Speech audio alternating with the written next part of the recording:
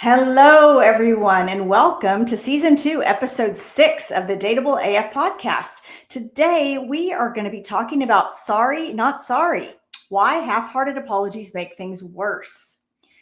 I do not understand why apologies are so freaking hard for people. They are hard. Why do you think they're so hard? People are lousy at them. Yes. If I'm just going to tell you and our listeners right now that if you could just glean the little nuggets of wisdom that we are going to drop on you today, it is going to make a world of difference in all your relationships. It's a guarantee, money back guarantee. And this is the shit that people pay $250 an hour to go learn, and you That's get to learn right. it right here for free on Giving it to you. Spotify on our podcast. Yes. So listen up, everyone. If you are making any of the mistakes we talk about, we are going to tell you how to fix them. So, Rachel, I'm sure over your lifetime, you have received some bad apologies. Can you give us an example of what a bad apology might sound like? I have received some bad apologies, and I have given some bad apologies. Me too, girl. It's a Me Too movement right here. Yes. That's right. So a bad apology, for me, the one that ticks me off the most that I feel is common is somebody saying, I am sorry, but that word just pisses me off. I'm like, don't let it come out of your mouth if you're going to have a Don't but bother. behind it. Don't bother.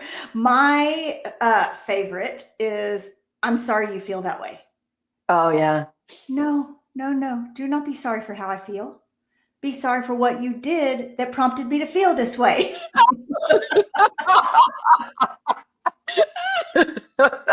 That one can be a little bit tricky sometimes if you have a little heat on, you get a little burn. Mm-hmm. And to me, the but is easier to just not do. Like, just know not to say but after your apology. But the other one is, I feel like if you've really got a burn on, then sometimes you have to put yourself in check and think. Yes. Don't think about how you're going to say it. Yep. I agree. So we are going to talk today about apologies as a tool for connection. Apologies are not defeat. I will be saying this throughout this episode, but apologies are not defeat. They are tools for connecting. So let's start with that basic premise, and we will go from there. I love that premise, and I don't think most people consider them to be that. Also, in the beginning, when you ask me why it's so hard, I do believe that most people see it as an admission of something wrong. Yes, an admission of guilt, an admission that you're wrong, an admission that you've now lost the fight. Man, people will resist this, and apologies are free. They are free. They will make everything better. I think the other thing that I hear a lot in my practice is people saying, well, the person's just going to stay mad at me anyway. So why am I going to bother to apologize? That's a cop-out, complete and total cop-out. Yes, for sure. And I want to just get the idea across that an apology is for hurting someone that you care for. You're not even saying that you're wrong. And we'll get into this a little bit later, but it doesn't mean you're not saying I was wrong. You're saying, I'm sorry that what I did had a negative impact on you. So you're apologizing for impact, not intent. Like, I didn't mean to hurt your feelings, but if the result is that I did hurt your feelings, then I'm apologizing for the impact. I think one of the things that this brings up is people believing that the other person really doesn't intend them harm, that that's not their intention to hurt them. Yes. And that the person, especially your partner, loves you and doesn't actually really enjoy knowing they've done something that hurts you, whether Yeah. you can look And at it a if, million different ways, but they don't believing that that person really does love you enough that they would never intentionally hurt you. yes. And side note, if you're with someone who you believe would intentionally hurt you, you should probably rethink that relationship. Yes, I completely agree. If you don't have confidence in that, it is a good conversation because it maybe the person really does love you and you just don't have the confidence in it. That would be a question as well, that you can't let it go and see it, let it in. Yes. I think that people do that out of self-protection, that they keep their walls up and they're afraid to let the apology in because it, what if they get hurt again? What if they're being foolish? What if the person did mean to hurt them? So I think that basic belief that the person you're talking to didn't intentionally hurt your feelings is a really important premise. I have a Monique and Veronica story here Oh, do that, tell. yes, that it's Monique and Veronica are married in this story. And that they have had a long journey of understanding one another.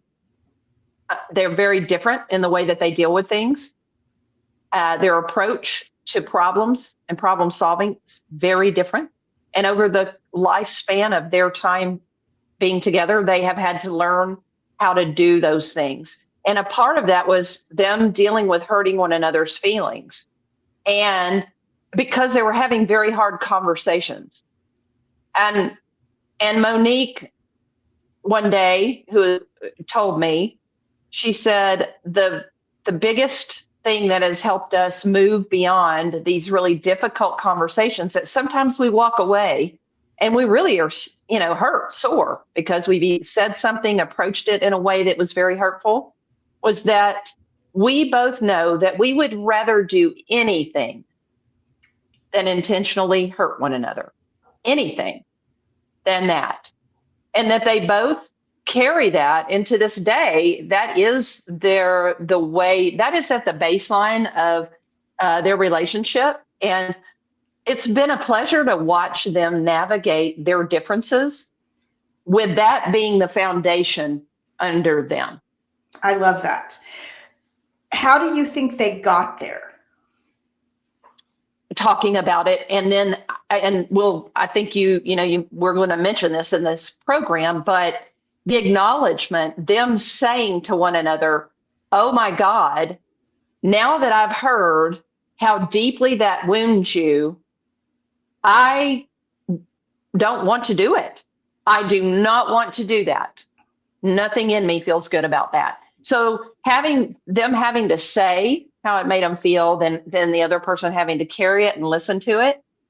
And I think that's how they have gotten over some very, very interesting humps. Yeah, it sounds like a great way to get past hurdles is to make sure that you know what hurts your partner's feelings because you guys are openly talking about it, and then to check your behavior accordingly and don't repeat the same thing if you know it's super hurtful to the person you're with. Yeah. I love that.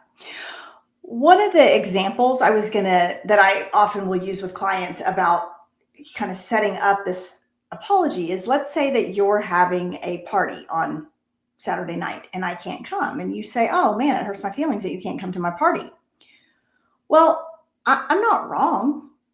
There's nothing wrong with me not coming to your party. And the impact of me not coming is that it hurts your feelings. And so I'm not going to say, well, I was wrong.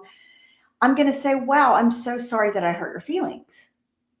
Because this is just a clear example of how this bridges a gap in our relationship. Without me having to say I'm a terrible person or I'm wrong, I might not be sorry that I can't come to the party. But I'm sorry that the result of my not coming to the party is that it's hurting the feelings of my friend. I think it's a really simple example, and but also very relevant. Also, listeners, many of you are probably listening out there and thinking, this is a simple thing that really do that many people not know how to do this. let me tell you, and I know that Sarah can probably back this up just in her practice, it is astounding how many people are not good at this very basic concept. Yes, they're not good at it, number one. And even when they learn how to do it, for some reason, this is just one that people dig their heels in about. And I cannot tell you how many couples I have seen transformed when they get hold of this idea that it's super simple to just say, oh gosh, I'm so sorry. I'm so sorry I hurt your feelings.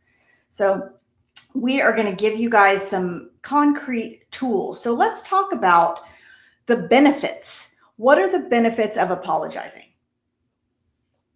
Well, one of the main ones is certainly your partner feeling seen and heard. Yeah, absolutely.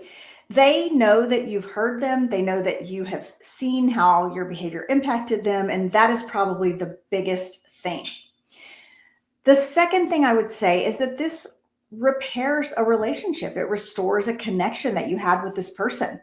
If there's been some kind of breach, you want to get back to a place of connection. Both of you want that. And apologizing restores that connection. And it also helps you build safety with that person.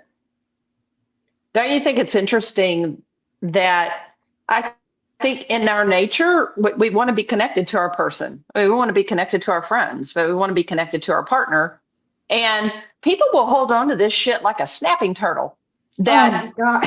that when all they had to do was say, I'm sorry, without a but behind it, say, I'm sorry, in order to regain connection. Instead, they go to bed mad, wake up in the morning. I mean, you think about the amount of lost time that exists within a relationship of you not being connected to your person just because you cannot say those words. Yes. Oh my God. I will also add that there is a little selfish component to it too, because when you apologize, you feel relief. You feel relief that the argument is often over. You feel personal relief because you owned up to something and because you kind of mastered this skill and that you're living in integrity. That if you're a good person who doesn't want to hurt someone, then it's living in integrity to apologize if you did something that was hurtful. I would challenge all of our listeners out there, if you haven't looked at an apology this way, or you haven't actually given this thought, it is, the apology is not always just about what is happening for the other person, but it is for you too. And that your recognition that and embracing shit, I did this and I want to own it. And I want to look at the person and say, oh, sorry. That is a good thing. And I do believe that, as this is relevant, however much time may have passed, in those moments where you look out and you have people in your life that mean something to you and you realize, whether it's in the past or whatever, if it's relevant to you, use your words, say it. I think it will be meaningful. And you're not doing it, hopefully, you're not doing it because you need a response from them. It may not be anything that is in the way of your relationship anymore, but trust me, it can mean something to you. Yeah, personally. for sure. You get something off of your chest, so you can look at it like that. Let's break down for folks the actual steps of an apology. So we're going to guide you here through the step-by-step of how to pull this off successfully. The first thing that I want to talk about is something that if any of you are familiar with 12-step programs, this is kind of rooted in 12-step programs, and it's that you do an internal inventory of what went wrong. And I always like to say to people, when you do this, you're always like, well, I did this, but yeah, they did these other things. And maybe I only did one small thing, but they did 10 big things. It's like, I don't care if they have a pile of 100 crappy things that they did. That is not what you're going to focus on right now. What you are going to focus on is perhaps the one tiny thing that you did that was hurtful. So just scan through. And one of the phrases that I like to use is, where did I set the ball rolling? And that may not be that I was the cause of it, but where did I participate in getting things off track? So let's go back to our simple Saturday night party example. It hurts your feelings that I'm not coming to your party. So maybe I set the ball rolling because I didn't fully explain to you why I wasn't going to come. Maybe I'm super introverted and parties make me very anxious. And if I say, hey, I'd love to spend time with you, I just don't want to do it around 100 people, you might not have had your feelings hurt. Or if I said, hey, I'm so sorry, it's my grandmother's 90th birthday and I have to be out of town to go to her birthday celebration. Well, then your feelings are probably not going to be hurt. So maybe I set the ball rolling by not explaining things. I'll give an example. I actually had a couple in my office this week who was one of the partners had said to the other, hey, this thing needs to be fixed in our house. And the partner said, oh yeah, I'll get that on my list. And time went by, the thing didn't get fixed. And the person said it again, like, hey, don't forget this thing needs to be fixed. Well, they got in a big fight about it. And it turns out that partner number one felt like they had communicated really well. And partner number two was like, I've told you not to come tell me these things in the middle of my workday because I'm not going to remember.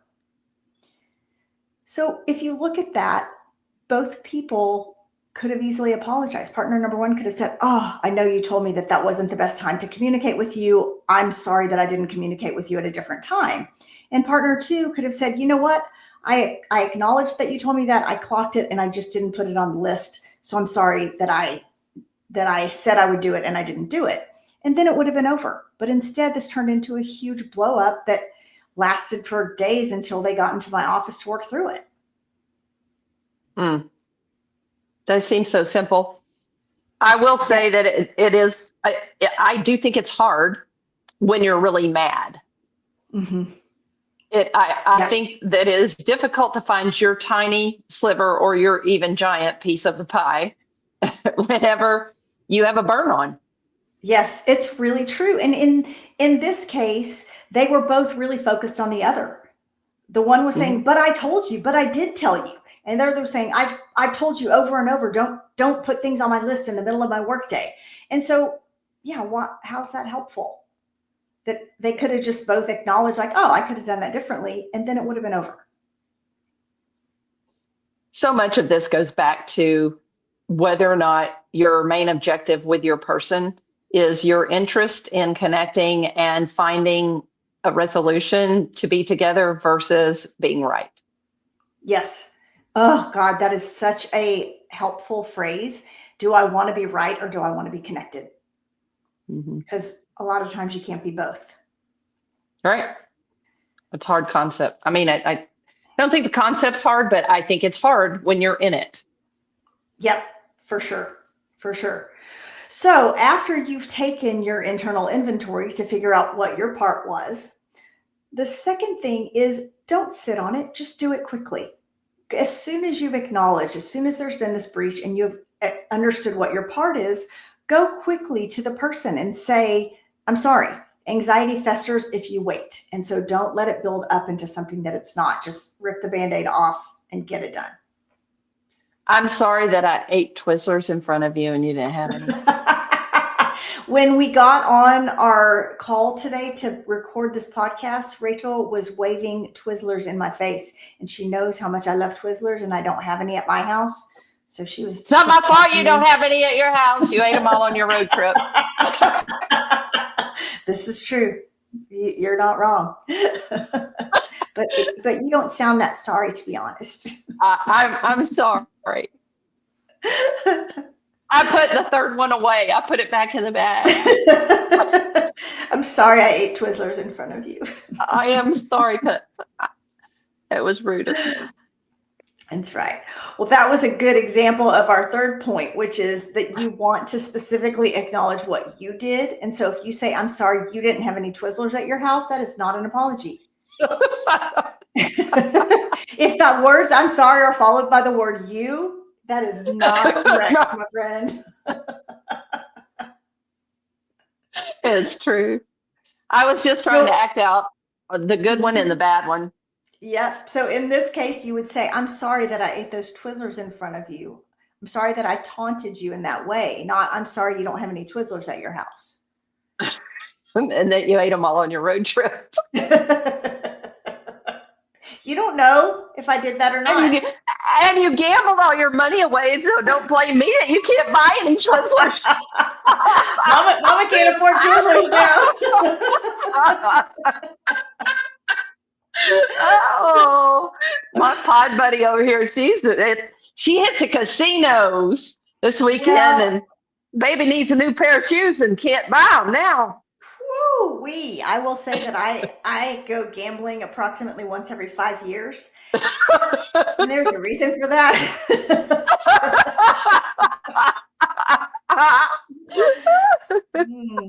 I don't even smoke cigarettes, but I could find myself chain smoking at the blackjack table. I can see Joe. I can see Joe and I dragging you out, doing an intervention. Get her the hell out of there. It could happen. It could happen. They have those 800 numbers everywhere. Like, if gambling's a problem for you, I'm like secretly writing it down on a napkin. I know. I can just see you with your beady little eyes, seeing those chips stack up, and thinking, there's no better feeling in the world than seeing those chips pile up in front of you. Hit me. Yep. I'm surprised you made it home. I know. I did. I had $3.50 left in my wallet when I got home.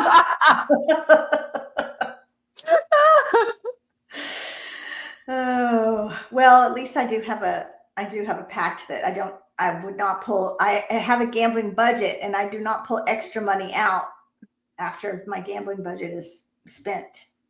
I'm glad to know that you don't cross that line. Not yet.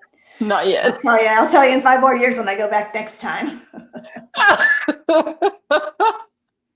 All right, Missy, that is a dangerous place. Those Oklahomans were trying to take my money.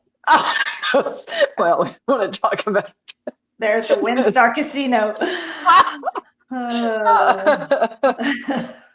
Well, so step number 4, we digress. We digress. So after you have specifically acknowledged what you did, I'm sorry I did X, Y, and Z. Yes. Mm-hmm. And then what's next? You offer a corrective action. So something like what you'll do differently and why it matters. Like so saying, I'm sorry, I did hear that interrupting you in the middle of your workday is not a good thing. And so I will try to make sure that next time when we talk about the chore you needed me to do, that I want you to do, I will approach you outside your office hours. Yeah, perfect. Yes, I think that is a great one. Or I'm sorry that I taunted you with the Twizzlers, and what I'm going to do differently next time is I'm not going to eat them in front of you when I know you don't have any. Exactly. There you go. I'm sorry. And then the last and maybe most important step is that you show that you're actually making that change. You demonstrate, you follow through, you make it real. So if next time we get on to record, you got some Twizzlers in your mouth, then I will know that you were not sincere. So how many times do you have to, if you keep saying you're sorry, but you keep messing it up, then what is that? Then you got to break up. Then you just lop that person off like a bad limb. Lop them off. Lop them off. Is it like 3 times and then you lop? That's it. I'm going to say 2 tops. 2. I agree. I have to agree with you. But no, on a serious note, apologies or demonstrating change is about making an agreement and keeping it. And so if you agree that you're not going to interrupt your partner in the middle of their workday with a chore, and then you keep doing it, then the conversation becomes, we had an agreement, what happened? So what's making that person say they're going to do something and then not follow through? And that often, I will give a plug to my profession, that often will require the intervention of a therapist or a third party to say, like, let me help you guys navigate that, because people can't see, you can't read the label from inside the bottle. You can't often see where things are going awry by yourselves. Yeah, that's what keeps you in business. Yep. And sometimes people, I would say often people agree to something because they're trying to appease the other person, it's a temporary fix. It doesn't work in the long run. So if you can't agree to something, it's better to not. That's a great point. It won't last. If you're just trying to, in the moment, get out of what you consider something that's uncomfortable, it's going to come back to bite you in the ass. Yes. And I call that best behavior. I'm going to be on my best behavior until you get off my ass. And then as soon as you're off my ass, I'm going to go right back to what I was doing before. So that's, that is a temporary fix at best.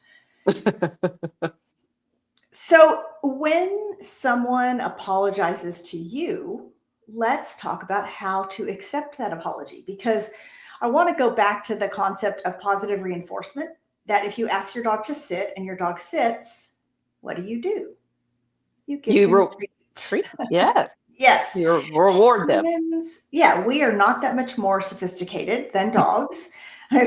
Sorry for the crass analogy, but when your partner does something that you want them to do, you give them a treat. So you want them to apologize. So if they apologize, the treat that you give them is you say, thank you so much for apologizing. I appreciate your apology. You don't go into a litany of what they did wrong. So you're gonna start all over again. Then you're back in the same argument, and there you are again. Yep. And so when you apologize for the Twizzlers, I say, thank you for apologizing. I don't say, well, this is the third time you've eaten Twizzlers in front of me and I really don't appreciate it. It's like, no, this is not when you go into berating them again for their bad behavior. You thank them for the good behavior, which is the apology. You're welcome. So don't rehash the offense and don't dismiss the apology. Like, oh, you don't mean that, or don't roll your eyes. This is not the time for that. Yeah. And then what about normalize needing time before forgiving? That is interesting and hard, because if there's been a pretty strong violation and so you still need some time, it doesn't mean you're not accepting the apology. And that's where I think you have to use your words if you're the person receiving the apology, but you still need a little time just to get your feet underneath you. Yep. As saying, I appreciate that. Thank you for your apology. And I need a little bit more time, but I promise I'm going to come back to you. I just need a little more time to lick my wounds or whatever it is. Yeah, absolutely. So you don't want to hang this over someone like a threat. Like, well, I just can't talk about this right now. You say, I can't talk about this right now, and I promise I am going to work my way back. Like you said, if the violation was something pretty significant, I'm thinking about a couple that I know where one of the partners had a few too many drinks and ended up kissing someone else at a bar and felt terrible about it, came home, told her partner about it. Well, she was very remorseful and very apologetic, but the partner didn't just bounce back automatically. She needed the partner needed a little extra time to process through what happened and to get her feet back under her. And so that would be the time to say, thanks for being honest with me. Thanks for telling me the truth. I am going to get past it. I just haven't bounced back quite yet. Yeah, one time, many years ago, I decided in all of my great college wisdom to break up with one of my girlfriends when I was up on a ski lift. And that sounds like a really bad idea. We were really high up, and I said I was sorry. I'm surprised she didn't push your ass right off of that lift. Well, so we had flasks on. I think this is probably the closest I've come to dying, is that she ripped her flask off and threw it, and we were so high, it was like, woo, woo. And I immediately wrapped my arm around the chairlift like this and held on because I thought she might push me off. So she needed a little more time to digest that. But she wasn't quite ready to accept the apology yet. She needed to burn off the homicidal ideation that she was experiencing.